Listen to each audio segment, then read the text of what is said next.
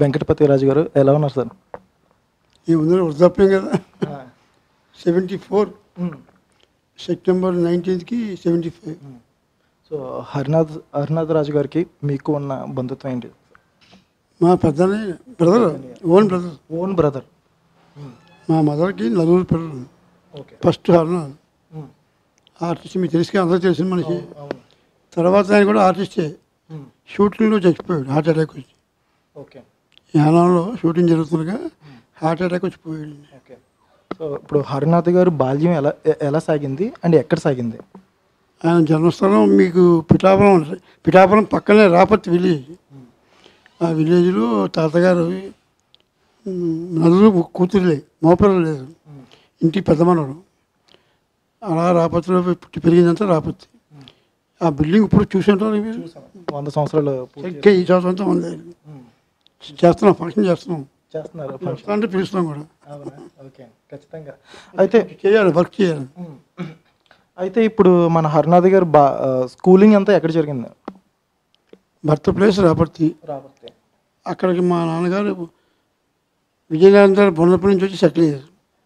అమ్మమ్మ గారు ఇంటికాడ సెటిల్ అయ్యారు. మేము అంటే ఇప్పుడు ఇది అమ్మమ్మ గారు ఊరండి. అమ్మమ్మ గారు ఇక్కడ రావడం, ఇక్కడ పుట్టడం అందరూ ఇక్కడే. తండ్రి గారి జన్మస్థలం విజయనగరం గారు బొండపల్లి. సో అంటే ఇప్పుడు 1వ తరగతి నుంచి 10వ తరగతి వరకు ఆయన ఎక్కడ చదువుకున్నారు? ఆయన ఫస్ట్ ఆయన లైఫ్ స్టార్టింగ్ మెడ్రాస్ చదువుకుంది. ఇక్కడ ఎంతవరకు ఇంటర్మీడియట్ దాకా. ఇంటర్మీడియట్ వరకు ఇక్కడ పిఠాపురం. తర్వాత అక్కడి నుంచి కాకినాడ పిఆర్ కాలేజీ. ఈ మధ్యలో నాన్నగారు అక్కడ సెటిల్ అయ్యి అందరినీ హైదరాబాద్ మెడ్రాస్ తీసుకెళ్ళిపోయారు. ఆ మెడ్రాస్లో ఉన్నప్పుడు అతను మెడ్రాస్ ఆర్ట్స్ కాలేజీ ఉంది కదా, అక్కడ హై స్కూల్ ఆర్ట్స్ కాలేజీలో బిఏ లిటరేచర్. మద్రాసు ఆర్ట్స్ కాలేజీలో అక్కడ చేరాడు. ముందు ఇక్కడ డిగ్రీ చేయలే ముందు అక్కడ ఇంటర్మీడియట్ దాకా అక్కడే. అప్పుడు 7th ఫారం. అది అయిపోయిన తర్వాత అతను ఇక్కడికి వచ్చి బిఏ జాయిన్ అయ్యాడు. BA literature. అక్కడ Pithapuram Maharaja college, PR college అని చేరాడు. అక్కడ చదువుతుండగా టైంలో నాటకాలు అవి కొంచెం బాగా టచ్ ఉంది. కొద్దిగా చేసినట్లు కొంచెం మంచి బాగా సక్సెస్ అయ్యాడు. తర్వాత ఆ రూట్ గురించి వెళ్ళలేదు మెడ్రాస్. నాన్నగారిని చూడలేక కానీ మెడ్రాస్ వచ్చాడు. మేమంతా ఉండేవాళ్ళం. తాతగారు చదువుకున్నాడు అక్కడ. నాటకాల్లో బాగా ఇంట్రెస్ట్గా ఆయన పాల్గొనేవారండి. ఈయన ఏడిది నాగేశ్వరరావు, రావు గోపాలరావు బ్యాచ్, జగపతి రాజేంద్ర ప్రసాద్ గారు. అప్పుడు వీడు యాక్టివ్గా ఉంటూ నాటకాలు వేయడమే కాకుండా సరదాగా వేయడం తప్ప అది ప్రొఫెషన్ కాదు. ఆ టైంలో సిటీ ఎంఎస్ చదువుతున్నప్పుడు సిటీ ఎంపీఎంలో గొడవల వాటిలో ఇతను ప్రెసిడెంట్ కాలేజీ యాక్టివ్గా పాల్గొనేవాడు. మనం చెప్పకూడదు, ఆయన అందరి గురించి మీకు తెలుసు కదా. చదువు ఉంది. అతను మెడ్రాస్ ఎందుకు వచ్చాడంటే ఎయిర్పోర్ట్స్లో జాబ్ వచ్చింది. ఇంటర్వ్యూకి వచ్చాడు. పైలట్ అవుదామని ఇంటర్వ్యూకి వచ్చాడు. అప్పుడు నాన్నగారు అక్కడ ఉన్నారు కదా. ఆ టైంలో ఇంటర్వ్యూకి వచ్చినప్పుడు ఇంటర్వ్యూ అయ్యి వచ్చాడు. సెలెక్ట్ అయ్యాడు పాపం. పైలట్కి సెలెక్ట్ అయ్యాడు. అసిస్టెంట్ పైలట్కి సెలెక్ట్ అయిన తర్వాత ఇంటికి వస్తే ముసలి అందరూ గొడవ, చచ్చిపోతారు, విమానం ఎక్కితే గాలిలో ఉంటారు, అది ఇది. ముసలి లేదా ఆ తరం వస్తున్నారు కదా తాతగారు మా అమ్మాళ్ళు చేతులు పట్టుకుని బతిమారు. ఆ టైంలోనే అతను బస్ స్టాండ్లో వాణిమాలం ఉండేది మెడ్రాస్లో పానీపతి దగ్గర. బస్ స్టాండ్లో షరాయి లాచి నుంచుని ఉంటే కారులో పోతూ ఒకటి చూసి వెనక్కి వచ్చి మళ్ళీ ఆఫ్ చేసి, ఆయన ఎవరో కాదు ముక్కామల కృష్ణమూర్తి అని పాత ఆర్టిస్ట్, రామారావు టైంలో మంచి ఆర్టిస్ట్, క్యారెక్టర్ ఆర్టిస్ట్. వెనక్కి వచ్చాడు. అప్పుడు ఆయన ఏం చేశాడంటే, బాబు ఎవరు అబ్బాయి అని అడిగితే పలానా వరహాలరాజు గారు అబ్బాయి, మాది కాకినాడ దగ్గర పిఠాపురం. వరహాలరాజు గారు అంటే అంజలి పిక్చర్స్లో నేను నాన్నగారు రెవెన్యూ డిపార్ట్మెంట్ చేస్తూ అప్పుడప్పుడు ఆయనకి సినిమా సరదా ఉండేది. యాడ్ చేద్దాం కాదు, ఏదో చేయాలని. దాని మీద అంజలి పిక్చర్స్లో ఆయన అసోసియేట్ డైరెక్టర్గా ఉండేవారు. ఆ ఉన్న టైంలో వరహాలరాజు గారు అబ్బాయి అనేసరికి అతను ఎక్కడ ఉంటున్నామంటే కాకినాడ అని చెప్పారు. ఇలా పని మీద వచ్చానని చెప్తే అడ్రస్ ఇచ్చి ఆఫీస్లో అంటే ఇప్పుడు హరినాథ్ గారు హీరో అవుదామని రాలేదండి. ఉమ్, ఆఫీస్కి వెళ్ళాడు. వెళ్తే ఆయన కూర్చోబెట్టి ఇలా పలానా అబ్బాయి అనేసరికి నాటకాలు చదివి చిన్న చిన్న ఎప్పుడు చదువుకునేటప్పుడు ఖాళీ వేయడం తప్ప ప్రొఫెషన్ కాదని చెప్తే ఆయన అప్పటికప్పుడు 500 రూపాయలు పెద్ద అమౌంట్ అప్పుడు అవునండి, 500 ఇచ్చి రూపాయలు. మా సినిమాలో నువ్వు హీరోగా వేయాలన్నమాట. 2 పవర్ మీద ఎక్కడి నుంచి ఉంటాడు. ఇటేమో పైలట్ ఆఫీస్ కింద ఇంటర్వ్యూకి వెళ్ళాడు. చిన్నప్పటి నుంచి గాఢంగా పెరిగాడు. ఇప్పుడు ఈ పైలట్ ఆఫీసర్ అంటే ఇంట్లో అమ్మగారు నాన్నగారు వాళ్ళు ఒప్పుకున్నారు. వాళ్ళ వాళ్ళండి పైలట్ ఆఫీసర్ అవ్వదాం అనుకున్నారా లేదంటే ఈయన అనుకున్నారా? మామూలుగా వచ్చింది, ఇంటర్వ్యూ వచ్చింది. ఇంటర్వ్యూ వచ్చింది. తర్వాత బీజేసీ అంటే ఇటేమో ఎలా వచ్చింది, ఇది అనుకోకుండా ఎలా వచ్చింది. అవును. ఆడికి వెళ్ళేసరికి తాతగారు మా ముసలి ఏదో అందరూ అవునండి, అవును. ఎవరు యాక్సెప్ట్ చేయలేదు. ఇటు మొక్కడానికి యాక్సెప్ట్ చేయలేదు. ఇది ప్రపంచం కదా, సినిమా ప్రపంచం మీకు తెలియదు. అవును. ఎదిగితే వెళ్ళిపోతాం, లేకపోతే మటాస్. అది ఆలోచించి చేయబాబు ఏ విధంటే అటు మొక్కలేదు, ఇటే మొగ్గాడు. సరే అందరికీ కనపడొచ్చింది, అది ఎక్కడెక్కడ తిరుగుతాం కదా, ఇటే మొగ్గాడు. అయితే హరినాథరాజు గారు నాటకాలు వేయడం కూడా అంత ఇంట్రెస్ట్ లేదు, ఏదో నార్మల్గా వేశారు. కాలేజీ స్టేజ్లో చదువుకునేంత వరకే వేశారు. అంటే ఇప్పుడు ఆయన వేసినప్పుడు రావు గోపాలరావు గారు ఉన్నారు. సో ఏడు నష్టాలు కూడా నాటకాలు వేసేటప్పుడు కలిసేవారు. ఎవరు కూడా తేలదే.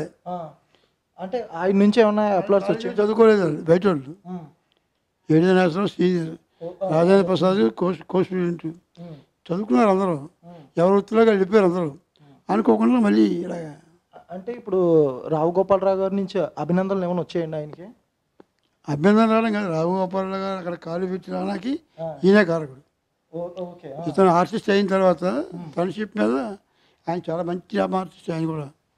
వీళ్ళందరూ అప్పుడప్పుడు వచ్చేవారు అక్కడికి ఆర్టిస్టులు అవుదామని. ఓకే. అంటే ఇప్పుడు రావు గోపాలరావు గారు ఇండస్ట్రీకి పరిచయం చేసింది మన హరినాథరాజు గారు. ఆయన వచ్చినా నిలబెట్టిన దానికి మెయిన్ కారకుడు ఈయనే. ఓకే, నిలబెట్టింది. నిలబెట్టడం అంటే ఆయన దగ్గరికి వచ్చేవారు. ఈయన ఏం చేసేవాడు అంటే మా ఫ్రెండ్స్ చెప్తుంటే నాటకాలు అవి ఉన్నాయి కదా, అలాగే ఆ ఛానల్లో ఆయన ఎంటర్ అయ్యారు. అలాగే ఏడు చేస్తారు. బ్రహ్మాండమైన సినిమాలు తీయలేదు, మామూలు సినిమాలు తీయలేదు ఆయన. ఆయన మంచి పోయారు. ఆ బ్యాచ్ ఎవరు లేరు, కానీ ఇతను కేకే శర్మ గారు వీళ్ళందరూ కూడా కాకాయ నుంచి ఎవరు వచ్చినా విందే. ఇతనితో సన్నిహితంగా ఉండడంలో ఈ పరిచయాలు పెరిగి వాళ్ళు కూడా ఆర్టిస్టులు కాబట్టి వాళ్ళు సక్సెస్, బాగా సక్సెస్. మనమే కొంచెం తక్కువ, వాళ్ళు బాగా సక్సెస్. ఇప్పుడు రావు గోపాలరావు గారికి మీకు ఏదైనా ఉందా సార్? మీకు మీ మధ్య ఎప్పుడైనా మాట్లాడారు మీరు? కొడుకున్నాడు కదా రావు రమేష్ గారు ఉన్నారండి. అప్పుడప్పుడు కలిసేవాళ్ళం. ఆ తల్లిగారు ఉన్నప్పుడు బాగా అటాచ్గా ఉండేవాళ్ళం. ఆవిడ మంచి ఆర్టిస్ట్, స్టేజ్ ఆర్టిస్ట్. ఎప్పుడైనా మీ ఇంటికి వచ్చారండి రావు గోపాలరావు గారు? అక్కడ హైదరాబాద్లో రెగ్యులర్, మెడ్రాస్లో వీకెండ్లో అత్తమానం కలిసేవారు. షూటింగ్ లేకపోతే కలుసుకోవడం వాళ్ళు. నేను చల్లపిల్లం కదా, భోజనాలు చేసేవారు, విందు భోజనాలు ఏంటి వీళ్ళు వెళ్ళడం వాళ్ళు రావడం, ఫ్యామిలీ మెంబర్స్తే అడ్జస్ట్ చేసి ఆ స్టేజ్లో మేము చల్లపిల్లం. అతనికి నాకు 12 ఏళ్ళు తేడా. బతుకుంటే అలాగే 86 years, నాకు 94 years. ఆ తేడా 15 ఏళ్ళు. అయితే ఇప్పుడు మన హరినాథ్ గారు రాజు గారు ఇండస్ట్రీకి వెళ్ళడానికి మీకు ఏదైనా సినిమా బ్యాక్గ్రౌండ్ ఉందండి మీ ఇంట్లో నుంచి కానీ ఎవరైనా? పెద్దగా లేదు. నాన్నగారు చేసిన పార్ట్ టైం ఉద్యోగం మెయిన్ కదా. అవునా? అసిస్టెంట్గా అంజలి పిక్చర్స్లో చేసేవారు. ఎన్ని సినిమాలు చేశారండి నాన్నగారు? Last cinema ఆడపెత్తనం.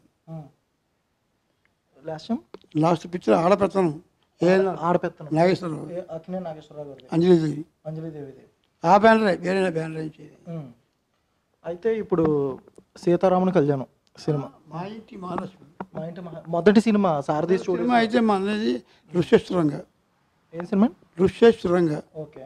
అది మునికుమార్ క్యారెక్టర్. తర్వాత దాన్ని మళ్ళీ హిందీలో తీశారు వైశాలి ఈ మధ్య. అతను ఆర్టిస్ట్గా సైన్ చేసింది ఋష్యేశ్వరంగా. ఆ సినిమా అనుకోకుండా జరుగుతూ అయిపోయింది. ఇంకేత అప్పుడు ఒక ఆర్టిస్ట్ తీసిన సినిమా అది. తర్వాత అందులో చూసి హైదరాబాద్ గంగాధరరావు గారిని నమస్తే పిక్చర్స్, మా ఇంటి మహాలక్ష్మి, అందులో ఆయన బుక్ చేశారు. చెంబురా గుమ్మని ఒక పేరు పెద్దోళ్ళు, వాళ్ళ కొడుకు కింద యాక్ట్ చేశారు. ఇతను జోడి గిరిజ, అప్పట్లో ఆర్టిస్టుగా. ఈ జంట యువ జంట, వాళ్ళేమో పెద్ద జంట. వాళ్ళకి సౌతి కొడుకు అనమాట. అందులో ఆ సినిమా డైరెక్ట్ హీరో ఉమ్, చేశాడు. ఆ సినిమా రిలీజ్ అయిన తర్వాత కానీ ఉమ్, ఆ రుషిసాంగ్ పూర్తి అవ్వలేదు. ఉమ్, ఈ సక్సెస్ అయ్యి 5 నంది అవార్డులు వచ్చాయి. అప్పుడు నంది అవార్డులు లేవు, నేషనల్ అవార్డు, ఫిలింఫేర్ అవి ఉండేవి. అవును. 5 అవార్డులు వచ్చాయి. ఉమ్, అప్పుడు ఉత్తమ నూతన నటుడు అవార్డు వచ్చింది ఉమ్, ఇతనికి. ఆ అవార్డులు వచ్చాయి. ఆ ముందు సినిమా ఆగిపోయింది, పూర్తి అయిపోయింది. అందులో అతను జోడి రాజరోజన ఉమ్, డాన్సర్, మంచి డాన్సర్ ఆవిడ. ఉమ్, ఆవిడ భర్త కూడా కాకినాడే, సిఎస్ రావు గారు డైరెక్టర్. ఉమ్. అయితే ఇప్పుడు ఎన్టీఆర్ గారు సీతారామన కళ్యాణం సినిమాకి ఆయన రావణుడిగా నటించారు. తర్వాత హర్నాథ్ గారిని హీరోగా తీసుకోవడానికి గల కారణం ఏంటి సార్ అది? అంటే ఆ రోజుల్లో ఆయన రామారావు గారు అంటే లెజెండ్, మీకు తెలుసు కదా. అవునండి, లెజెండ్ యాక్టర్. ఇంకా లెజెండ్ అంటే మామూలు ఆర్టిస్ట్ కదా. నటహార. రామారావు, రంగారావు, నాగేశ్వరరావు, వరంరావు ఆ టైంలో ఎంటర్ అయ్యాడు. ఉమ్, ఈ స్టేజ్లో వచ్చిన రాదు కాంతారావు, జగ్గయ్య ముందే. ఆ తర్వాత మనోడు, మన తర్వాత సోమబాబు, కృష్ణరాజు గారు, ఈశ్వరరావు, అవునండి. ఇలా సమకాలికులు వీళ్ళు. ఉమ్, అప్పుడు సీతారామ కళ్యాణంలో ఆయన ఉమ్. రాముడి క్యారెక్టర్ ఎందుకు ఇచ్చారంటే నాన్నగారికి ఆయనకి అంజలి పిక్చర్స్తో పరిచయాలు ఉన్నాయి. అంటే నాన్నగారికి ఎన్టీ రామారావు గారికి. అంజలి పిక్చర్స్లో పనిచేసినప్పుడు ఉమ్, రామారావు గారికి ఉమ్, వరహారావు గారు అంటే తెలుసు. ఉమ్, నా తర్వాత కొంచెం కుర్రాడు బాగున్నాడు, ఉమ్, మన రాజుగారు అబ్బాయి కదా ఉమ్, అని చెప్పి ఒకటి. రెండు ఏంటంటే ఇంకా తర్వాత మన ఇంచుమించు ఆయన దగ్గర స్థాయి ఉన్న ఫేసే ఉమ్, అవునండి. ఆల్మోస్ట్ తన వారసులు అనుకున్నాడు, ఉమ్, ఉండాలి కదా. అవును. ఉమ్, పెట్టాడు, చేసాడు. ఆయన రావణాసుడు ఏంటి, అవునండి. చేతిలో ఆయనకే అందం ఉంది కదా. అవును. బాగున్నాడు, కుర్రాడు నచ్చాడు. 23 ఏళ్ళ వయసు అప్పుడు అవును. ఉమ్. పెట్టాడు. అప్పుడు మీ వయసు ఎంత అండి అప్పుడు? చెప్తాను కదా, చక్కం చేశాను 12 ఏళ్ళు. శీర్షకం తేడా ఓకే, ఓకే. ఉమ్, అవి చేశారు. ప్రతిరోజు పాప ఆయన షూటింగ్కి వెళ్తుంటే గుమ్మడికాయ కుట్టించి ఉమ్, ఏమైనా ఆహారం లోపం ఉంటే ఉమ్, పీతాంబరం గారు మేకప్ మ్యాన్ అంటే ఉమ్, Rama Rao personal makeup man, okay అండి. అతని చేత చేయించాడు. ఓహో. ఆయనతో పాటు ఉమ్, కరెక్ట్గా రాజులో ఉండాలని చెప్పి అది చేయించాడు. ఉమ్, సక్సెస్ అయ్యారు. ఆయన ఇంకంత పేరు రాలేదు. ఉమ్. సినిమా కూడా బ్లాక్ బస్టర్ అయిందండి, మామూలు కాదు. మామూలు హిట్ కాదు. రామారావు అలా క్యారెక్టర్ వేయడం, ఈ క్యారెక్టర్ ఎందుకు ఇవ్వడం. ఇప్పుడు ఆ టైంలో ఎన్టీఆర్ గారు అంటే హీరో అందరికీ తెలిసిందే. అప్పుడు హర్నాథ్ గారు హీరో అంటే ఆడియన్స్ ఎలా యాక్సెప్ట్ చేశారు? 8 సినిమాలు చేసాడు. హర్నాథ్ గారు ఏదో హీరో కన్నా సైడ్ హీరో ఏమైనా క్యారెక్టర్ ఆర్టిస్టులు ఇలా క్యారెక్టర్ లేదు. మామూలు ఆర్టిస్ట్గా మామూలు క్యారెక్టర్ సీరియస్ కదా, చిన్న వయసు కదా, ఉమ్, సైడ్ హీరో కింద మొత్తం మీద ఏదైతేనే ఉమ్, 8 సినిమాలు చేశాడు. 9వ సినిమా సీతారామకి. ఉమ్. ఇంకా అక్కడి నుంచి వెనక్కి తిరిగి చూడలేదు. అంటే ఇప్పుడు ఎన్టీఆర్ గారు రావణుడిగా చేస్తున్నప్పుడు ఆడియన్స్ ఎలా తీసుకున్నారండి అది? చాలా మామూలు కూడా కాదు, ఆ, అసలు ఎలా ఎక్స్పెక్ట్ చేయం. థియేటర్లు అంతా ఉమ్, మళ్ళీ ఆ రామారావు రీప్లేసనే. ఉమ్. అందులో కూడా కాకినాడమ్మ హీరోయిన్ గీతాంజలి. గీతాంజలి, అవును. ఆ అమ్మాయి కూడా తెలిసిన అమ్మాయి. ఉమ్, అది అన్నీ కలిసి వచ్చి ఉమ్, సినిమా కూడా కెమెరామెన్ కూడా గట్టి రెహమాన్ ఉమ్, బాగా తీశారు. తీసి ఆయన తర్వాత అదే సినిమా అయ్యాక రామారావు గారు ఉమ్. భీష్మ సినిమా చేశారు. భీష్మ, అవును. అందులో మనకి ఇది కృష్ణుడు ఇచ్చారు. ఆయన వేయించాడు ఆయన పట్టుపట్టి. అంటే భీష్మ. చూస్తారు వేరే మనిషి, ఓకే, ఈయన రికమెండ్ చేసి. ఓకే. నా సినిమాలో రాముడు వేసినప్పుడు నేను 2 క్యారెక్టర్లు ఏమన్నా కూడా నేను భీష్ముడు వేస్తాను టైటిల్ రోల్. కృష్ణుడు ఆ అబ్బాయి కావాలి. సో అంటే మళ్ళీ ఈ సినిమా కూడా ఆయన కృష్ణుడి క్యారెక్టర్ ఆయన పట్టుదల, రికమెండ్ చేశాడు. చాలా పట్టుదలగా. నాకు ఆల్మోస్ట్ వారసుడు అనుకున్నాడు ఆయన. అవును.